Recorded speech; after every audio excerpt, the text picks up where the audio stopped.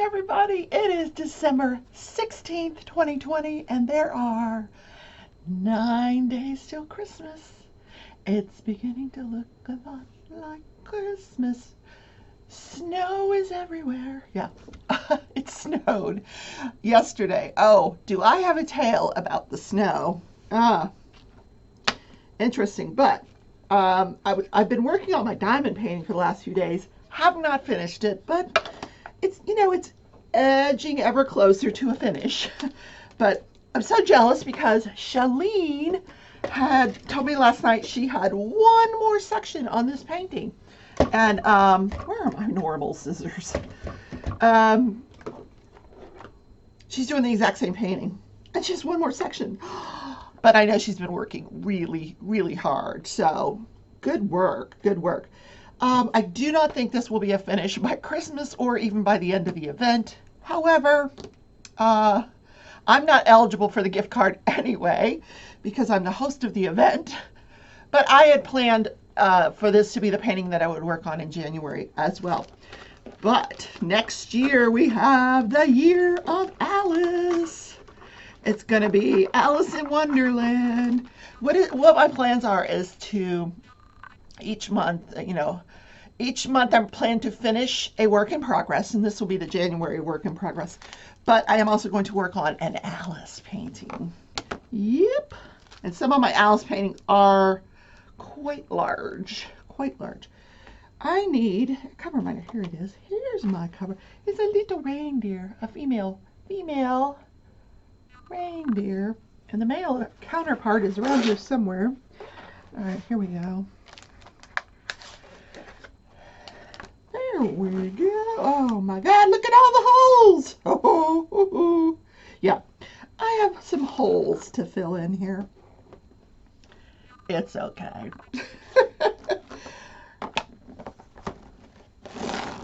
Oh my God, we had so much fun last night. Mickey and I did the end to the mystery diamond painting. It was our finale for the second event. And I did a collage. So if you want to see the collage, go back and watch that video. I show it twice. But I really had fun putting it together.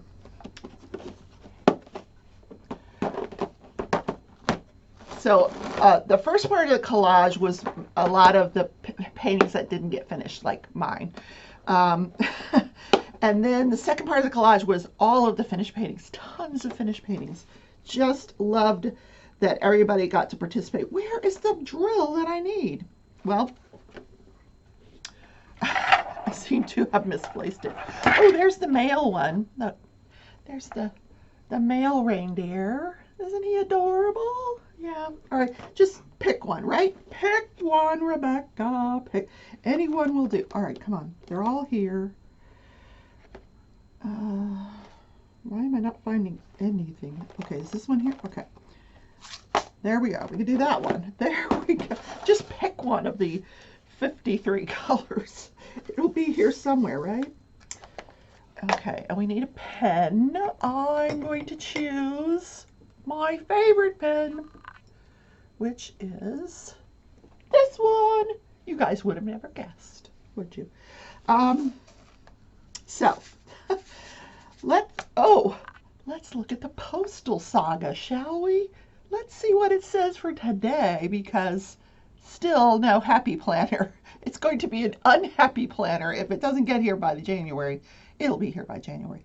It's just kind of funny now, I'm just it's become like a joke, hasn't it? All right, let's see. Your orders. Okay, well, the thing I ordered for my daughter-in-law should be here Sunday. That has not changed. Okay, so my happy planner is saying the same thing, that I should have it by the 18th. So I have to give it 3 more days, and then I can ask for a refund. And I think I will. If I don't get it in 3 days, I'm just going to go to Michael's and buy a planner. What the heck, right? What the heck? So, where is this color that I picked? Oh, right there.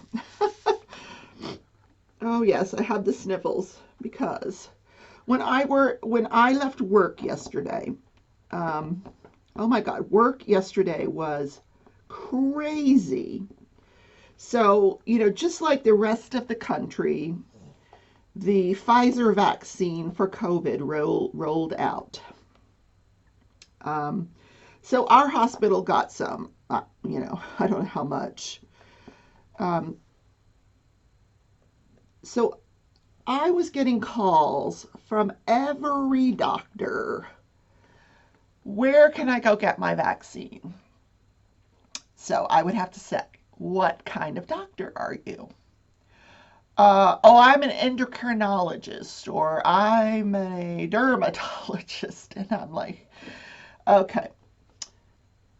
So I had to explain to them that there were limited supplies of the vaccine and that it was going to be rolled out in phases. The first phase would be to, anybody that worked in one of the COVID units, the pulmonologists, the infectious disease people, the nurses. And then the second phase would be anybody who does procedures or interventions. And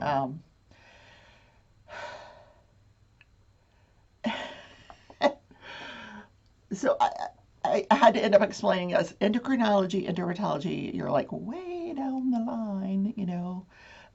So, and every time I would start to work on something on my computer, the phone would ring. I took call after call after call. Same thing, same thing. Where can I go? When can I get my shot?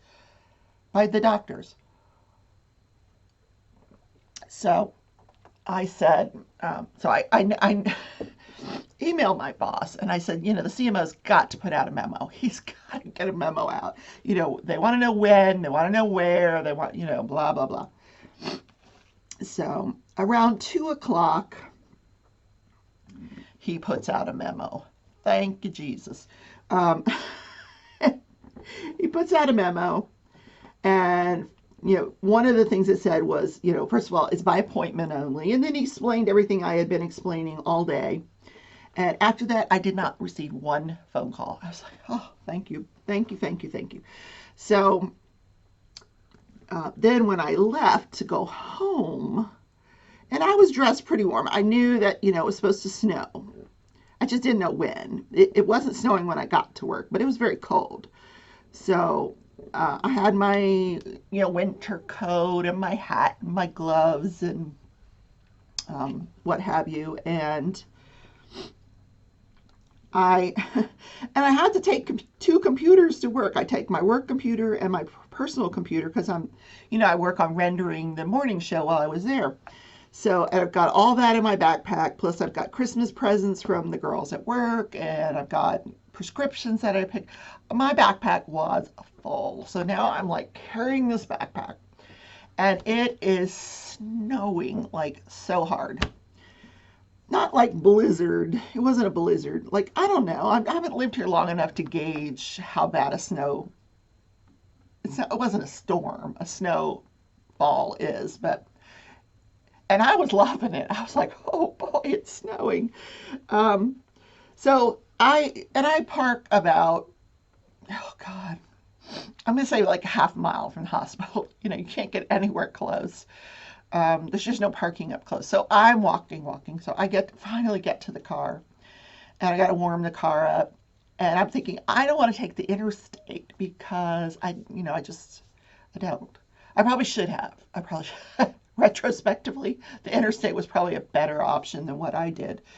Although it was a very nice drive. So I decided I'm just going to take this one road and go straight down. It's going to run into my street eventually. You know, as the crow flies. Well, the road doesn't follow the crow's route, apparently. So I get to a point where I am at this park, the botanical park, and I'm like, whoa, the road ended at this park. Now I'm like, I got to go around the park to find my street. So I go around, and everywhere I go, there's like dead end streets. So now I'm zigzagging in this snowfall, zigzagging around. And I finally get to like a main street, because heavy traffic lights. Okay, good. I'm on a main street. I have no idea what direction I'm going in, north, east, southwest. I have no idea. So I decide, hey, dummy, just, put your navigation on. So I pull over because I don't want to do it while I'm driving. I pull over and I try to put my address in. No cell service. It wouldn't work. I had no cell service. So I'm thinking, oh God, now what am I going to do? What did we do before navigation? So I said, all right, I am just going to go down this main road. It feels like it's the right direction. I don't know. So until I run into a street that I'm familiar with. So that's what I did. And listen, meanwhile, I've got like a quarter of a tank of gas or less. And no money, of course, because payday is Friday. Um, so I think I'm going to die in this car 5 feet from my house. I will never have known it. Isn't that always the way? Like, she died, but she was like 2 blocks from her home and she didn't even know it. Anyway. So I finally run into Central Avenue. Okay, good. I know Central Avenue. And will eventually cross my street. So now I'm just hoping I'm going the right direction on Central Avenue. And I feel like I am. And, lo and behold,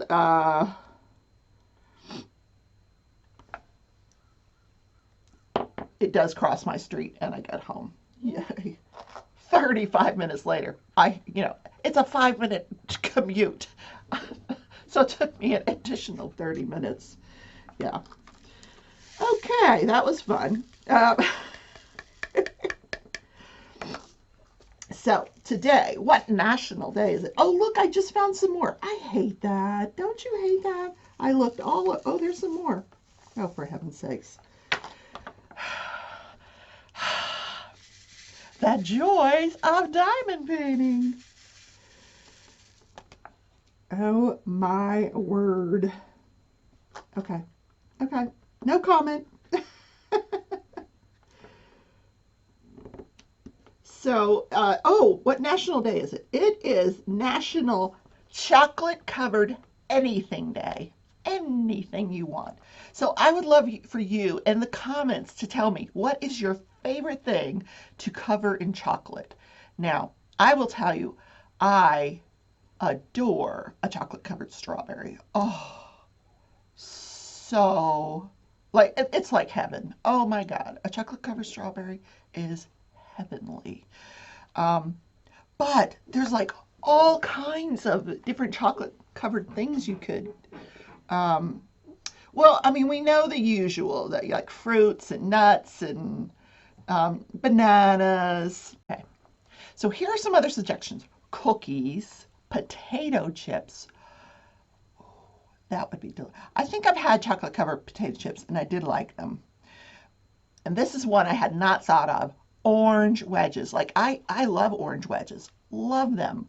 But I never thought of dipping them in chocolate. Guess who's going to try it? Oh yeah. Now that Billy has taught me how to melt chocolate in the double boiler, I am going to get some chocolate covered wedges. Yeah, I guess that means I'm not starting any kind of a diet. I'm going to think about that in January. That's when everybody else thinks about it, right? Right. Ritz crackers, biscotti. Now, ooh, Ritz crackers. Peanut brittle. I hadn't thought about that. You could break your teeth. Yeah. Marshmallows. Yeah, I put marshmallows in the fudge. And of course, fudge is another thing. You could make fudge and then dip it in chocolate. Oh, wow. That's mind-blowing. Like mind-blowing.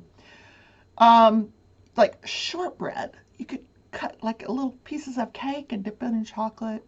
So tell me what your favorite thing to dip in chocolate is. Oh, yummy. And I have never tried, like I'm thinking like you could put dip the banana in the peanut butter and then dip it into the chocolate. Oh my God. Oh, those are like my 3 favorite flavor combinations, like together, chocolate, peanut butter, and a banana. Oh, wow. I'm so happy when they started putting peanut butter cups into ice cream. It was like, heaven meets heaven. Oh, yeah.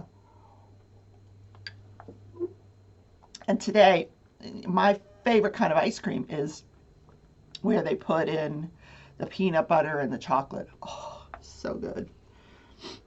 I digress because, oh, I found them again. Um, I'm gonna put these in here before I lose them again, okay? And then we will switch to a more prominent color. How about that? So that is the National Day. The other thing I ordered that I haven't gotten, I ordered come on, the tray of the month, the Archer's Art tray of the month, which was amethyst. That hasn't come in either. Let's get another color and stop talking so much. Chip, chip, chip, chip, chip, chip, chip. Yes, I am a chatterbox.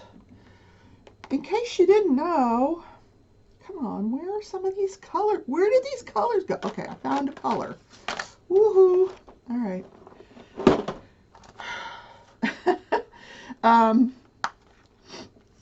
So this day in history, let's talk about this day in history. Oh my God, I have yammered on for 17 minutes. What the heck have I been talking about? Okay, the Boston Tea Party. Yeah, baby, the Boston Tea Party. How much fun would that have been? Like, I want to participate. 1773, December 16th.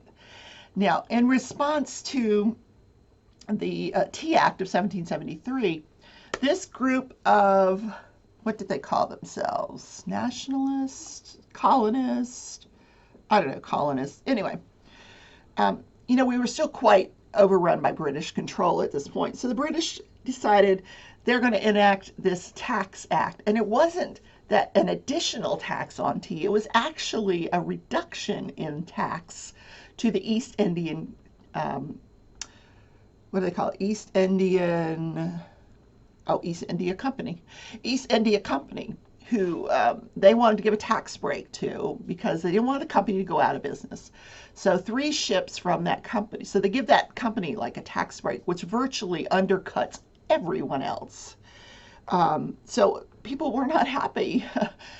So it wasn't that they were paying too much. It was that, they didn't like the British control of the tax, period. So this 60 group of colonists, they dress up like Indians at night, and they go aboard these 3 ships that it had just docked, and they start pouring tea out into the harbor. And it was, at the time, $19,000 worth of tea. That's a lot of tea. Yeah. I bet that water was brown for a while. Yeah. Interesting. The 3 ships were the Dartmouth, the Eleanor, and the Beaver. Yeah. So, yeah. Oh, they called themselves the Sons of Liberty. Yeah. So after that, in retaliation, the British Parliament enacted the Coercive Acts, known as the Intolerable Acts of 1774, which closed Boston to merchant shipping. It required that all British officials would be immune from prosecution for anything, that the colonists had to harbor British troops. It was just a horrible thing. So after that, they decided, we need to unite as a nation and fight the British because it's ridiculous. We got to get rid of the British. So it just kind of ramped up Americans' resistance to British. Interesting. Oh, what else? What was I going to talk about? This is a good one. So, So, I think I'm getting a cold from running around in the snow yesterday. Well, at least I have the sniffles. Oh my God, come on, guys. Where is it? Oh, it's here. Okay, it's underneath the chocolate covered stuff. So in 1901, author Beatrix Potter publishes her own book, The Tale of Peter Rabbit. Now, she had gone to several different publishers, and nobody wanted to publish her book. They all wanted her. She had illustrated the book. She had 42 illustrations in the book, but they were black and white. And so, some people thought that the book had too many illustrations, or that it was too long, or that it was too short. Everybody had a reason like why they did not want to publish this book. So she published it herself. She self-published, and one of the things that she did, where she went against the grain of what everybody was saying, is she made the book a size that children could hold. And the book, like, she only self-printed a couple hundred copies, which sold out right away. So she self-printed a couple hundred more. And then eventually I put a picture of the original manuscript, and then I have a picture of the first published manuscripts, because she does go back to the publisher and concedes, and they decide that they're going to change the illustrations to add color. But the funny part about it is, the book, the original printing, I think, was, I want to say 15,000 copies, which of course sold right away. But her publisher forgot to register her copyright in the US, which was a huge mistake.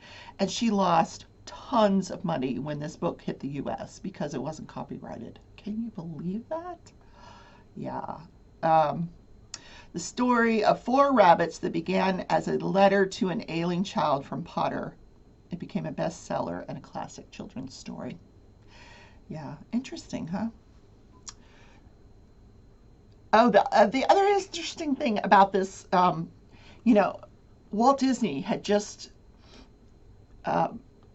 published Snow White and the Seven Dwarfs. And he asked Beatrix Potter, he says, I would like to illustrate, make a movie out of the Peter Rabbit story. And she rejected it. She's like, no, I can't even imagine that. She couldn't get this whole cartoon concept. She just didn't think it would work. Wasn't for her. She rejected him outright. That was also a huge mistake in my book, because Disney would then own Peter Rabbit. But anyway. I just, nowadays we know, you don't turn down Walt Disney, but, back then people did. People said, no, no, thank you. They just couldn't grasp this whole concept of cartoons. What else was going on? I think that's it. Or there might be the Boston Tea Party, Peter Rabbit, anything else? Let me just check. If there's anything else we need to talk about. Well, we don't need to talk about any of it, do we? Oh,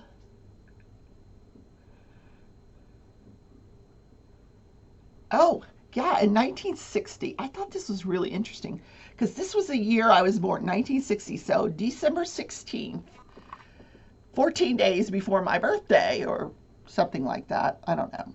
16, 29, I don't know, 13, 14 days before my birthday. Literally before I was born. So mom was 9 months pregnant. Luckily, we didn't live in New York City, because on that day, there were 2 airplanes. There was one flying into LaGuardia, and one flying into what's now known as JFK. Back then, it was known as something else. So the one that was going to JFK gets put into a holding pattern, but the pilot miscalculates the flight pattern. And above New York City, like, this is the only plane crash in history to occur, like, over a populace, over a major city, collided. 134 people perish in this. It lands on a building. It just misses a school. 128 people in total on the 2 planes. They interviewed this 11-year-old who described the scene. It looked like a picture out of a fairy book. Then all of a sudden it was an explosion. The plane started to fall and people started to scream. I held on my seat and then the plane crashed. So this poor boy tells this story and then he passes away the next day. He was the only survivor, but he didn't live.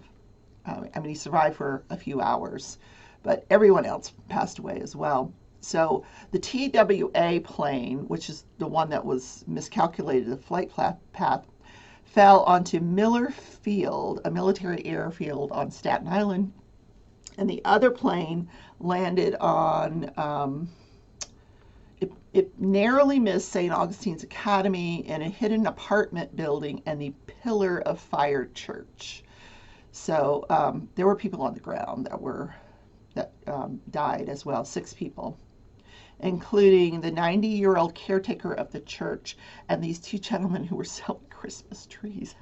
They said that there were like people on the plane had Christmas presents. They were coming home with Christmas presents, and there were Christmas presents like littered all over.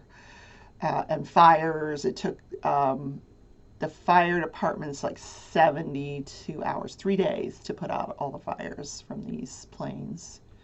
Wow. So interesting.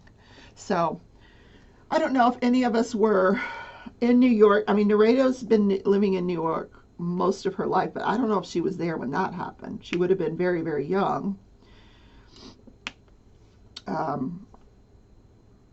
And like I said, I was still in the womb. I wanted another week and a half in the womb.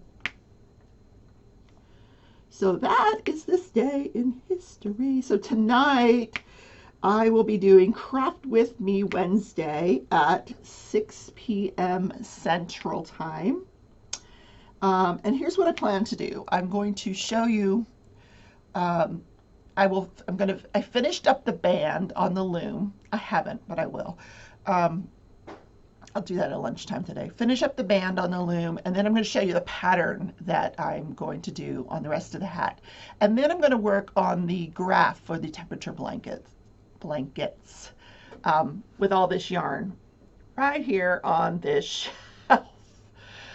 We're going to cut little pieces off of each color, and then we're going to decide what temperature each color is going to go with on which blanket. So it'll be fun. I'm going to leave that on the shelf, but I have like an entire box of all this yarn, and I'm going to bring it out here and we're going to go through it and we're going to figure out, which color goes with which temperature. And y'all are going to help me because it'll be fun. I mean, I could do it myself, but it'll be fun. After that will be the Crafty Heifer right after me at 7 p.m. Central Time. And she is my collab partner on this event throughout next year, 2021. And I know a lot of you are excited to get started. I've seen you've gotten your yarn, you've picked out your pattern. I am thrilled. I found this really cute pattern last night, this crochet pattern, but I think it would make it too big. It's like a cross stitch pattern. It's a half double crochet cross stitch, which I thought was really cool. And I might do it because I think it would look interesting. At least, like, I might do it every few rows, or like maybe every month. Once a month I'll do the half double crochet cross stitch because I think that'd be pretty. And then maybe I'll do the border with the half double crochet cross stitch. I don't know. We'll see. It's a pretty stitch. It really is. And I'm still reviewing videos on the loom blanket to decide how logistically, how I want to do it, how I want to put it together. Wow, wow, wow, wow. Am I ever going to finish this painting? I will. Man, Chuck Penson, we just love your work, but you have a lot of confetti. I'm trying to picture like how he does his paintings. Like, does he just take his paintbrush and he goes dot dot dot dot dot dot dot dot dot dot dot dot, and then he gets out another color and he goes dot dot dot dot dot dot dot. I don't know. My hat keeps coming off. Oh my God, I've yammered for 30 minutes. I gotta wrap this up. or y'all are going to be falling asleep. Guys, thanks for watching today. I think Crystal's going to do a pop-up live tonight because she didn't go live on Monday. She had some internet issues, and she's got her internet back. So look for her tonight. I think 8 p.m. Central. That will be after the Crafty Heifer. So guys, have a great day. Enjoy the weather. I know some of you are getting a horrible winter storm. Please stay safe, stay home, stay warm, and I we'll see you later. Love you. Bye.